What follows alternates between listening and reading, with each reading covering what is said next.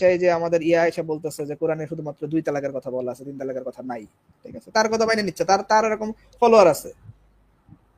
Available follower আছে। এবং তারা যখন কোরআন লেখা এ- শুরু করবে নতুন করে, তখন তারা করবে কি ওই 2 তালাকের জায়গায় এই 3 তালাকের আয়াত বাদ দিয়ে দিবে। দিয়ে 2 তালাকই লিখবে। তবে রাশেদ খলিফা যে কোরআন প্রচার করতেছে এখন, ঠিক আছে? সারা বাজারে কিনতে পাওয়া যায়। আপনি যে কোনো হুম, জায়গায় যেয়ে ক্লিয়ার হুম, কি জানি বলে এই রাশেদ খলিফার কোরআন লেখা যদি আপনি অ্যামাজনে অর্ডার দেন, আপনার কাছে চলে আসবে কোরআন। ঠিক আছে? যেই কোরআনে 2টা আয়াত আচ্ছা, নাই।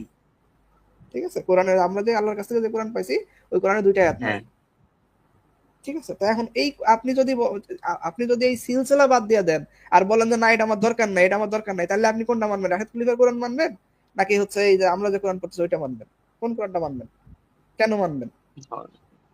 হাদিস অস্বীকার করার যে প্রচেষ্টা, যে যে উদ্দেশ্যে করুক না কেন, এই প্রচেষ্টা হলো দিন অস্বীকার করার প্রচেষ্টা। আব্দুল হালিম। হ্যাঁ, হালিম। আব্দুল জি, হালিম। হালিম। জি, হালিম ভাই বলেন।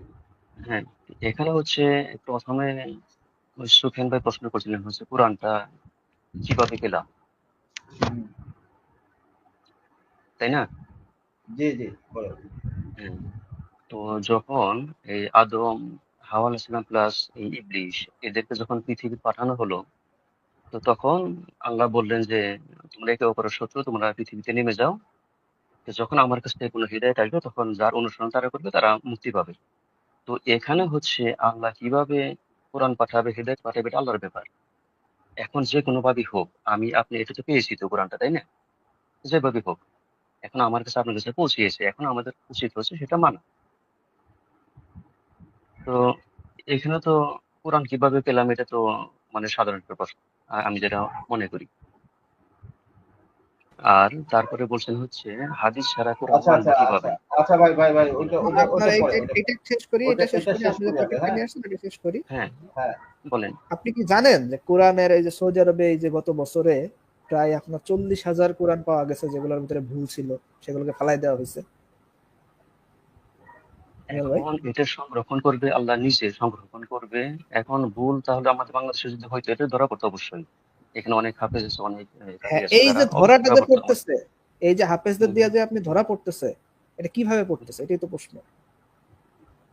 প্রশ্ন তো সেটা এখানে এটাই আল্লাহ তো। ভালো জানে, এখন কিভাবে সেটা আল্লাহ এটা জানে। আল্লাহ ভালো জানে, আল্লাহ তো আল্লাহ ধরতেছে না। আল্লাহ কি এসে ধরতেছে ভুলগুলা? এখন কারো মাধ্যমে তো অবশ্যই এটা কাজটা করবে, তাই হ্যাঁ, না? তো তাদের কাছে একটা পদ্ধতি আছে না? তাদের কাছে একটা রাস্তা আছে না ভুল ধরার? সেটা বলতে পারবো না, হতেই পারে, কিন্তু যাই হোক, হ্যাঁ, যেভাবে হোক আমরা তো পেয়েছি হ্যাঁ। কোরআনটা, তাই না? না, এখন এই পেয়েছি, আমাদের কাজ পেএসসি বলে হচ্ছে ছেড়ে এটা। দিলে তো হচ্ছে না। আপনি যদি পেএসসি বলে আজকে ছেড়ে দেন তাহলে তো কালকে কোরআন পাবেন না, চলে যাবে কোরআন।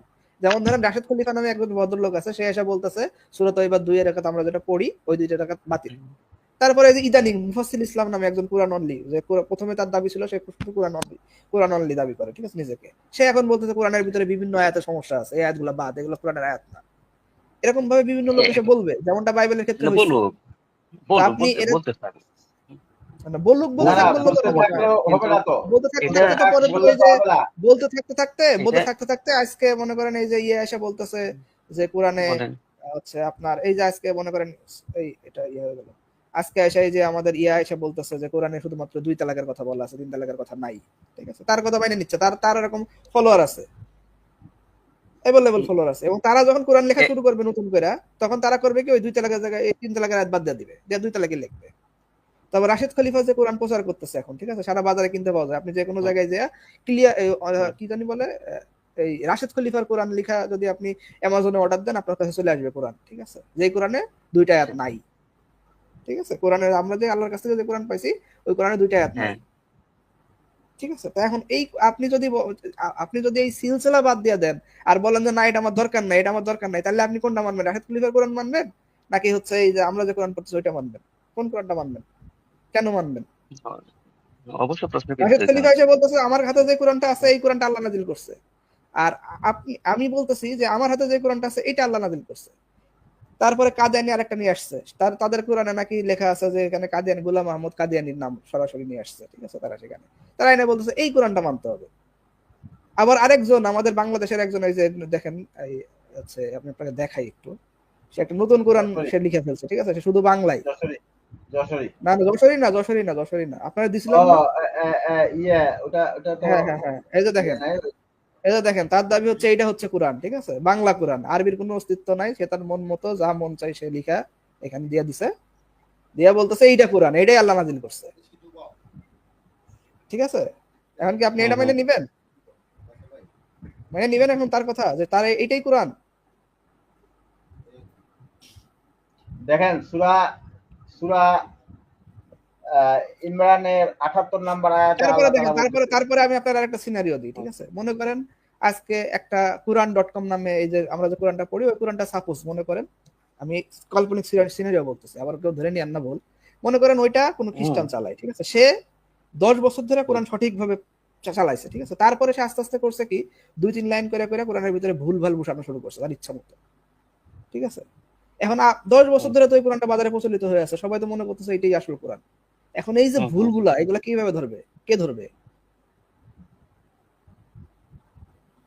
বুঝতে পারছি। তো যদি আপনি এই সংরক্ষণের ধারাবাহিকতা বাদ দিয়ে দেন, কিভাবে আসছে এটা যদি আপনি হুম বাদ দেন, আল্লাহ রাসূল সাল্লাল্লাহু আলাইহি ওয়াসাল্লাম কোন কোরআনটা সত্যায়িত করে দিয়ে গেছে ওই কোরআনটা যদি আপনি বাদ দেন, সেই সনদটাকে হুম যদি আপনি বাদ দেন, তাহলে তো এই যে বাইবেলের মতো কোরআনের অবস্থা হবে। হুম, তাই হবে। বাইবেলের এই কারণে কিন্তু বাইবেলের এই সমস্যাগুলো আছে। বাইবেল কিন্তু আপনি বলতে পারবেন না যে এটা সনদ নাই ইসলামের দেখেই। কালামের উপরে আসছে, সনদ নাই দেখেই। হ্যাঁ, যদি বাইবেলের আজকে সনদ থাকতো তাহলে বাইবেল বিকৃত হইতো না।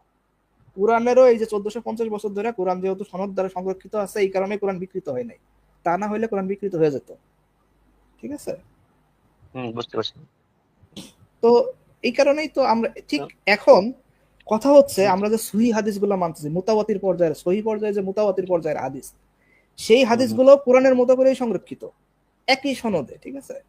তো আপনি যখন হুম এই সিলসিলাকে অস্বীকার করবেন, আপনার কাছে একটা হাদিস আপনার কাছে গ্রহণযোগ্য না মনে হতে পারে, কিন্তু আপনি তো ওই গ্রহণযোগ্য না মনে হওয়ার একটা ভ্যালিড কারণ দেখাবেন, তাই না?